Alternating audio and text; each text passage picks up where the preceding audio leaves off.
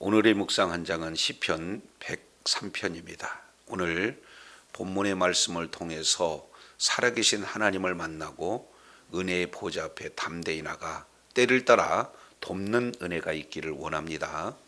이 시편 이 103편 이 내용은 이제 다윗의 시죠. 그래서 하나님을 향해서 이제 내 영혼아 여호와를 송축하라라고 이렇게 시작하고, 그리고 마지막 22절 하반절에 내 영혼아 여호와를 송축하라 하면서 이제 숨이 쌍관의 그런 어떤 내용으로 구조가 되어 있습니다. 그래서 크게 세 단락으로 지금 살펴볼 수가 있는데, 1절에서 2절까지 이 내용을 통해서 이제 자신을 향한 하나님을 송축할 것을 권면하고 있어요.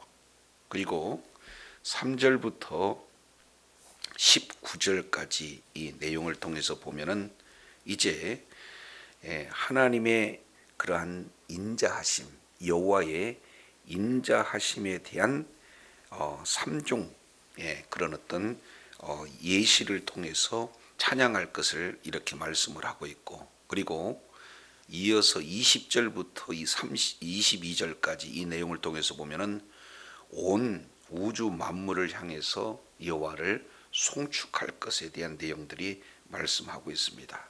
그래서 이제 103편 1절 내 영혼아 여호와를 송축하라 이렇게 표현하고 있습니다. 여기서 송축하다라는 이 단어는 바라크라는 단어를 써요. 그러니까 직역한다면 내 영혼아 여호와를 축복하라. 근데 이게 이렇게 용어가 우리 정서상 이렇게 맞지 않기 때문에 이것을 송축하다 이렇게 표현하고 있습니다. 그러면 여기 송축하다 의미는 크게 두 가지를 이렇게 살펴볼 수 있어요. 첫 번째는 무릎을 꿇다. 그리고 두 번째 찬송하다. 그러니까 결국 무릎 꿇고 주님 앞에 찬송하는 그런 어떤 내용을 송축하다 이렇게 표현을 할 수 있습니다. 그러면은 누가 여호와를 송축하느냐 봤더니 자기 자신에 대한 송축을 지금 말씀하고 있죠.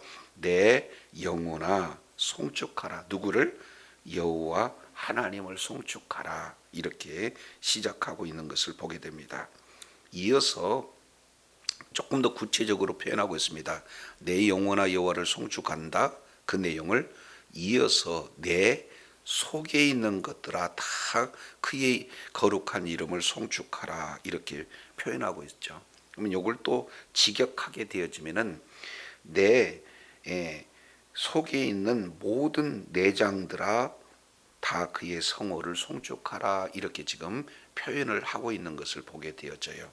그러면 속에 있는 이런 내장들이라고 하는 것은 히브리인들의 의식 구조 속에서 마음이 이 내장 속에 들어가 있다라고 그들은 생각하고 있어요. 그래서 이제 예수님께서 또 이 말씀을 하고 있는 내용 중에 하나가 불쌍히 여기다, 긍휼히 여기다 이랬을 때 마음이 이제 끊어진 것 같은, 창자가 끊어진 것 같은 이런 표현들을 진행을 하고 있는 것을 우리가 통해서 살펴볼 수가 있죠. 그래서 내 영혼아 여호와를 송축하라 하는 그 내용은 모든 이제 지성을 통해서 우리 하나님을 송축할 것을 강조하고 있는 표현이라면, 내 속에 있는 것들아 다 그의 성호를 송축하라 하고 있는 내용은 모든 감정을 다 동원해서 우리 하나님을 송축하라 이렇게 표현을 할 수 있는 그런 내용이 되어져요. 자, 그런데 그러면은 그 대상을 여호와라 이렇게 말씀하고 있고, 이어서 그 여호와는 거룩한 이름 이렇게 표현을 하고 있는 거예요. 그러니까 다윗이 이렇게 찬송할 수 있는 대상을 여호와 이렇게 표현하고 있죠. 이 여호와는 누차 계속해서 말씀을 드렸습니다. 바로 하나님께서는 언약을 맺으시고 그 맺으신 언약을 신실하게 이루시는 그 이름 여호와 이렇게 말씀을 하고 있죠. 사무엘 선지자를 통해서 다윗에게 기름을 부었어요. 그리고 여러 가지 우여곡절의 상황이 많이 있지만 그래도 한번 약속하시는 그 내용을 신실하게 지키신 우리 하나님을 이렇게 송축하지 아니할 수가 없다 하는 그 내용을 지금 내 영혼아 그리고 내 속에 있는 모든 것들아 모든 것을 동원해서 여호와를 송축하라 이렇게 시작하고 있습니다. 자, 2절도 다시 한번 반복적으로 말씀하고 있어요. 내 영혼아 여호와를 송축하며 그의 모든 은택을 잊지 말아라. 여기서 은택이라고 하는 이 단어를 보면은 원문 내용으로 보면은 까몰 이렇게 표현하고 있죠. 이것을 하나의 혜택, 그러니까 은혜에 주어지는 하나님의 은총을 더하는 이 내용인데 여기서 은혜와는 조금 차별되어진 내용이기 때문에 은택 이렇게 말씀하고 있습니다. 좋은 것도 은택이지만 실제 연약한 그런 어떤 부분도 은택이 되어질 수 있는 부분이에요. 그래서 지금 1절, 2절 시작하는 내용이 하나님을 송축하고 하나님을 송축하고 하나님을 송축하라 하는 내용을 3번 이렇게 반복하고 있는 것을 보게 되어져요. 자, 이것 기억하시고 20절로 잠깐 보겠습니다. 20절 하반절 내용을 통해서 보면은 마지막 여호와를 송축하라. 21절 마지막 여호와를 송축하라. 22절 여호와를 송축하라. 여호와를 송축하라. 4번 연결되어서 여호와를 송축할 것을 이렇게 말씀하고 있습니다. 그렇기 때문에 1절, 2절 이 내용이 여호와를 송축할 것을 3번 강조하고 있다면 20절부터 22절까지 4번 연급 후 여호와를 송축하라 하는 그런 내용으로 이제 시작과 끝을 이렇게 권면하고 있습니다. 그러면은 그 대상이 누구냐라고 봤을 때 여호와 약속을 하시고 신실하게 그 약속을 언약을 이루시는 그런 하나님이 여호와 하나님이다. 그러면은 그 여호와의 하나님은 어떤 분인가 하는 그 내용을 3절부터 19절까지 자세히 지금 말씀을 하고 있어요. 왜 여호와를 송축해야 되는가? 우리가 송축할 여호와는 어떤 분인가 하는 내용을 3절부터 19절까지 자세히 이렇게 기록하고 있습니다. 그 내용을 크게 3가지의 그런 어떤 예시를 들어서 송축해야 할 만한 하나님이 어떤 분이신가 하는 내용들을 구체적으로 대상을 통해서 지금 이렇게 묘사하고 있습니다.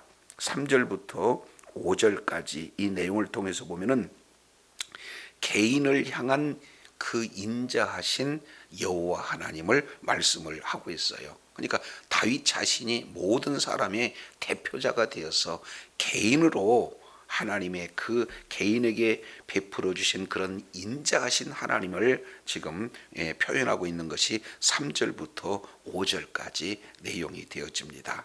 자, 3절 살펴볼까요? 자, 그가 내 모든 죄악을 사하시며, 두 번째 내 모든 병을 고치시며 그랬어요.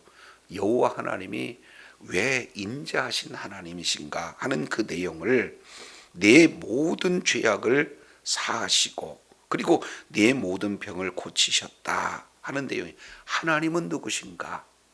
가장 핵심적인 내용이 죄악을 사하셨다는 거예요. 그리고 지금 히브리인들이 가지고 있는 그런 의식 구조 중에 하나가 죄 때문에 병이 나타났다 이렇게 표현하고 있죠. 그러니까 죄가 사해지면 동시에 또 어떻게 됩니까? 병도 치유함을 받을 수 있다는 거죠. 그래서 하나님께서 먼저 죄를 사하여 주실 뿐만 아니라 모든 죄를 다 고쳐 주시는 하나님을 지금 송축한다 이렇게 말씀하고 있습니다. 이어서 4절에 내 생명을 파멸해서 속량하시고 그리고 인자와 긍휼로 관을 씌우셨다. 이어서 말씀하고 있는 내용은요, 이제 죽을 병에 이렇게 들었는데 죄를 용서하시고 병을 고치심으로 말미암아 결국에는 생명, 이 내용을 파멸, 죽음 가운데서 완전히 구속하셨다. 여기서 속량하셨다. 값을 지불하고 셨다 하는 그런 어떤 내용들을 말씀하고 있습니다. 예수님께서 우리의 죄로 말미암아 영원한 죽음 가운데 있어야 했던 우리를 예수님의 피의 값을 지불하시고 우리들을 구원하시는 그런 십자가의 사랑, 이 내용을 내 생명에서 생명을 파멸해서 구속하시고 속량하셨다 하는 이 내용을 말씀하고 있습니다. 그러면 이제 파멸해서 끄집어내 주신 거죠. 아주 깊은 웅덩이에서 끄집어내 주신 거죠. 그리고 나서 연결되어지는 것을 뭐라고 표현하고 있습니까? 인자와 긍휼로 관을 씌우셨다. 이렇게 말씀을 하고 있는 거예요. 여기서 인자하는 내용은 한결같으신 하나님의 사랑, 변함없으신 하나님의 사랑, 헤세드의 사랑, 이 말씀을 하고 있어요. 이 내용을 구약성경 호세아서 내용을 통해서 살펴보면은 이제 호세와 고멜 사이에 고멜을 계속해서 이렇게 베푸는 그런 사랑을 이제 함에도 불구하고 고멜이 계속해서 이제 악한 그 길 가운데 행하잖아요. 그럼에도 불구하고 끊임없이 베푸는 그 사랑을 헤세드의 사랑, 이렇게 표현을 하고 있는 거예요. 하나님의 사랑을 이제 호세아가 이렇게 표현하는 그런 어떤 내용들을 이렇게 말씀을 하고 있죠. 두 번째, 긍휼, 이 라함이라고 하는 내용은 바로 뭡니까? 어머니의 자궁. 그러니까 자녀를 사랑하시되 정말로 이제 그러한 어머니가 자녀를 사랑하시는 그런 사랑, 이 내용으로 관을 씌우셨어요. 그러니 이제 뭐 하나 하나님 앞에 내어놓을 어떤 자격이 없음에도 불구하고 이제 연약함에도 불구하고 인자와 긍휼로 관을 씌우신 그 놀라우신 사랑, 이 내용을 지금 하나님 앞에 이렇게 송축할 그런 어떤 이유를 말씀하고 있습니다. 그래서 결국 이제 결과적으로 5절 이렇게 표현을 합니다. 좋은 것으로 네 소원을 뭐하게 하신다? 만족해 하신다. 모든 필요를 채워주시되 최상의 것으로 내 소원을 좋은 것으로, 여기서 좋다라는 것을 토부 그랬어요. 그러니까 아름답고 그리고 완전하고 선한 모든 내용 최상의 것으로 이제 우리 하나님께서 그 소원을 만족해 주신다. 그래서 결국 이제 파멸 가운데 모든 질병으로 인하는 그런 생명의 파멸 가운데 있었던 그런 자를 결국에 어떻게 됩니까? 독수리 같이 새롭게 하신다. 독수리 날개치며 올라가는 그 새 힘을 우리 하나님께서 이제는 고쳐주시고 그런 새 힘을 공급해 주시니 우리 하나님을 송축하지 아니할 수가 없다. 그래서 개인을 향한 그런 인자함을 구체적으로 예를 든 것을 3절에서 5절 이렇게 말씀을 하고 있는 것이에요. 자, 두 번째 6절부터 이제 11절까지 이 내용은 이스라엘을 향한 하나님의 그 인자하심을 송축하고 있는 그런 내용입니다. 이제 다윗을 개인의 한 대표자로 말씀하고 있다면 이스라엘 공동체에 부어주시는 하나님의 인자함을 지금 말씀하고 있죠. 6절입니다. 여호와께서 공의로운 일을 행하시며 그 다음에 억압당하는 자를, 모든 자를 위하여 뭐한다? 심판하신다. 이렇게 말씀하고 있어요. 그러니까 지금 하나님의 의로우심을 이렇게 표현하는 대표적인 내용이 뭡니까? 공의, 이렇게 표현하고 있어요. 그래서 이제 우리 주님께서 공의로운 재판장이 되어셔서 공의로운 그런 어떤 심판을 하시는 그런 내용들을 묘사하고 있습니다. 자, 7절 내용을 보면은 그의 행위를 모세에게 그리고 그 행사를 이스라엘 자손에게 알렸다 이렇게 말씀하고 있죠. 그러니까 실제 하나님께서 이제 공동체 이스라엘 공동체 언약 공동체에게 어떻게 행하셨는가를 모세에게 이스라엘에게 이 내용은 모세 오경을 이렇게 말씀을 하고 있는 것을 보게 되어져요. 그래서 이제는 시편 104편, 105편, 106편 이 내용에 모세 오경을 아주 압축해서 지금 말씀하고 있는 내용을 연이어서 말씀을 하고 있는 것을 보게 되어져요. 그래서 우리 하나님께서 모세 오경을 통해서 얼마나 우리 주님께서 공의롭게 이제 재판을 하신가 하는 그런 내용들을 말씀하고 있는데 그 부분을 8절, 9절, 10절을 통해서 조금 더 살펴보게 되면은 8절에 우리 하나님께서는 공의로운 그런 재판을 진행하실 때 어떻게 하시느냐. 자, 8절 보시겠습니다. 여호와는 긍휼이 많으시고 두 번째 은혜로우시고 세 번째 노하기를 더디하시고 그리고 인자하심이 풍성하시다. 이 내용은 출애굽기 34장 6절의 말씀을 이제 근거로 해서 지금 찬양하고 있는 내용이 됩니다. 그런데 이렇게 은혜롭고 자비로우시고 노하기를 더디하시고 인자가 풍성하시는 하나님이 9절 내용을 보니까 항상 이제 경책하지 않고 항상 노를 영원히 품지 않으신다. 이 내용을 말씀을 하고 있어요. 그래서 우리의 죄를 따라서 이제 처벌하거나 또 우리의 죄악을 따라서 우리에게 그대로 갚지 않는다. 이 내용이에요. 그러니 하나님께서 우리가 지은 죄 그대로 진행한다면 남을 자가 없다는 거죠. 그래서 8절, 9절, 10절 이 내용을 11절에는 이렇게 표현을 하고 있는 거예요. 자, 11절 보시겠습니다.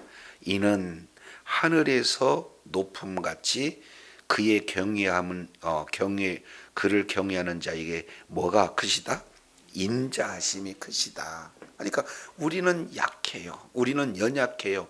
그런데도 불구하고 한 번 우리 주님께서 약속하신 그 변함없으신 신실하신 사랑, 그 하나님의 사랑이 어떠한가? 하늘이 땅에서 높음같이 이렇게 얘기는 얼마나 사랑하느냐? 하늘만큼 땅만큼. 그러니까 우리 하나님께서 이렇게 사랑이 크시다라는 것을 지금 말씀을 하고 있어요. 그 이스라엘의 하나님 이런 어떤 내용을 지금 표현을 하고 있습니다.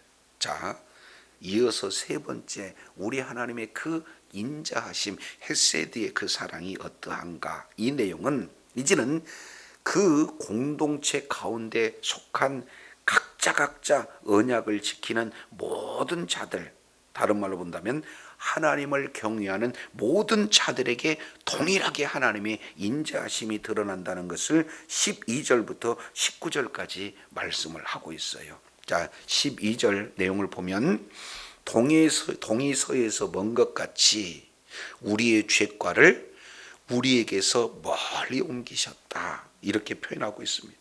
그러면 결국 3절에 내 모든 죄악을 사하신다. 내 모든 병을 고치신다 하면서 여기에서 3절의 핵심 내용은 죄였어요. 자, 두 번째 공동체에서도 왜 이렇게 하나님이 이런 공의로운 판단을 하는데 그 핵심 내용이 뭡니까?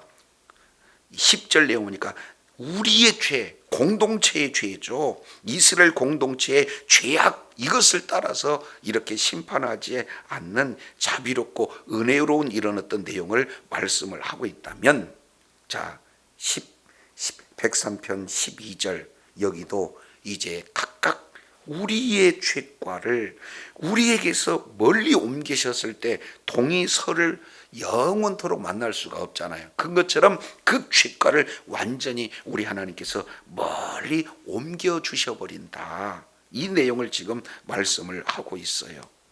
어떻게 왜 이게 가능하냐? 13절 내용을 보면은 아버지가 자식을 긍휼히 여기잖아요. 그런 것처럼 아버지가 되시는 여호와께서 자식은 누구를 표현하고 있냐니까 자기를 경외하는 자를 자식 이렇게 표현해. 똑같이 아버지가 불쌍히 여긴 것처럼 여호와도 불쌍히 여겨요. 누구를? 자녀를. 그 자녀에 해당되는 자가 누굽니까? 자기를 경외하는 자 이렇게 말씀을 하고 있습니다. 그러면 왜 이런 것을 이렇게까지 죄과를 멀리 옮기시면서 자식을 불쌍히 여긴 것처럼 진행할 수 있는가? 14절 그 이유를 설명하고 있죠. 그 14절 내용을 보니까 그가 우리 체질을 아셔요. 우리가 단지 먼지뿐임을 우리 주님께서 기억하신다 그 말이죠. 우리의 연약하고 우리의 부족함을 아시기 때문에 우리의 죄악을 이렇게 용서해 주시는 그런 어떤 내용을 표현하고 있습니다. 그러면 우리의 지금 체질, 우리의 모습이 바로 먼지 같은 존재라는 사실을 조금 더 구체적으로 15절, 16절 말씀하고 있죠. 15절 인생은 그날의 풀과 같다. 그리고 그 영화가 들의 꽃과 같다. 아침에 활짝 피는 그런 어떤 꽃이지만 동풍 한번 지나가면은 시들어 버리는 그런 인생이다라는 사실을 아셔요. 16절 바람 지나가면 그냥 없어져요. 이것이 바로 인생의 모습이라는 거예요. 자, 그런데 17절 하나님의 인자하심, 하나님의 그 인자하심은 자기를 경외하는 자들에게 영원부터 영원까지, 그리고 그의 의는 자손의 자손에게까지 이르다.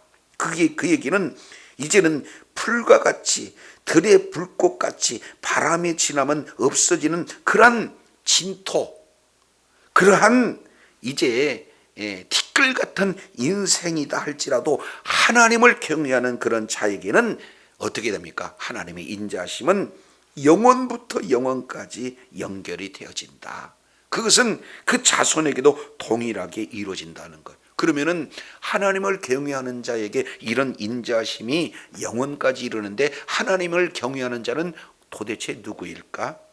그 뒤에 18절 두 가지 내용을 통해서 말씀을 하고 있습니다. 첫째, 하나님을 경외하는 자에게 이런 인자가 주어지는데 하나님을 경외하는 자의 첫 번째 내용을 통해서 보니까 그의 언약을 지키고, 두 번째 그의 법도를 기억하여 행하는 자가 바로 하나님을 경외하는 자고, 하나님을 경외하는 그 자에게 여전히 하나님의 인자하심은 영원부터 영원까지 이르신다 이렇게 표현하고 있어요. 그래서 이제 개인에게 그리고 이스라엘 공동체에게 그리고 이스라엘 공동체 가운데 하나님을 경외한 자에게 여전히 적용되는 것은 헤세드의 그 사랑이 이루어지기 때문에 하나님을 송축할 수밖에 없다 하는 그런 내용을 구체적으로 지금 표현을 해주고 계세요.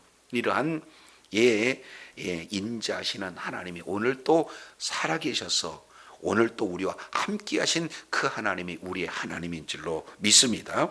그러면은 이제 19절 이 하나님께서 이런 말씀을 하고 계셔요. 19절 보니까 여호와께서 그의 보좌를 하늘에서 세우시고 그의 왕권으로 만유를 뭐 하신다? 통치하고 다스리는 분은 오늘 또 여전히 하늘에서 이제 통치하고 하늘에서 그의 모든 것을 이렇게 다스리시는 그런 어떤 내용은 여전히 진행한다는. 그러면 이런 하나님의 통치를 아는 모든 자들은 하나님을 송축할 수밖에 없다는 게 우주적인 그런 하나님의 송축의 내용을 20절부터 아주 점층적으로 핵심적으로 지금 말씀을 하고 있어요. 자, 20절 보겠습니다.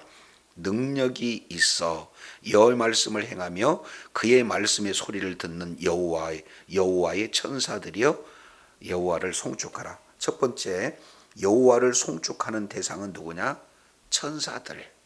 그 천사들은 자, 세 가지로 표현합니다. 능력이 있는 존재들, 두 번째 여호와의 말씀을 이루는 존재들, 그리고 세 번째 내용을 통해서 보니까 여호와의 소리를 듣는 존재들이라는 거예요. 그래서 그런 천사의 존재다 할지라도 여호와를 송축한다 이렇게 표현하고 있어요. 두 번째 21절 내용을 통해서 보니까 이번에는 천군입니다. 천군은 하나님께 수종을 들고 그리고 하나님의 뜻을 행하는 그런 천군이다 할지라도 여호와를 송축하라. 천사도 천군도 다 하나님을 송축해야 할 존재다라는 것을 말씀하시고, 이제 이어서 22절이에요.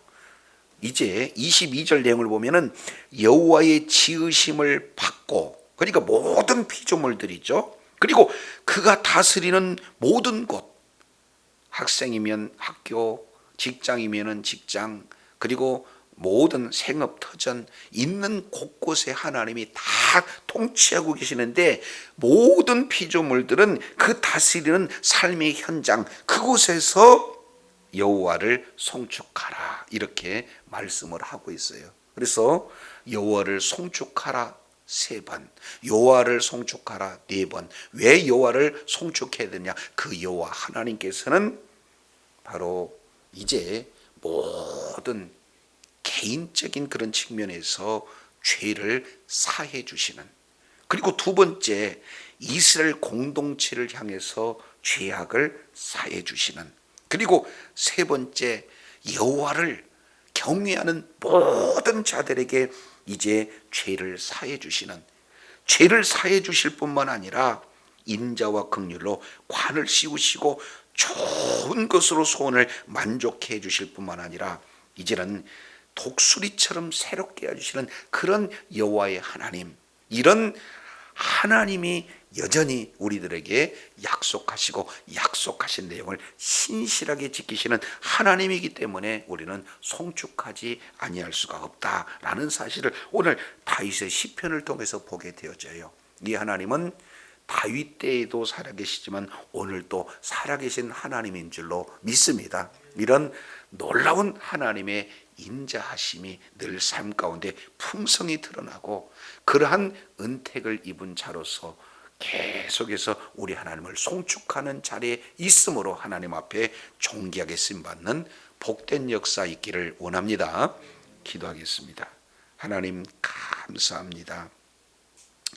다윗은 여호와를 송축해야 할 그 내용을 선언하고 마무리를 치면서 왜 우리 주님께서 송축해야 할 하나님이신가를 3가지의 내용을 통해서 말씀하고 있음을 알았습니다.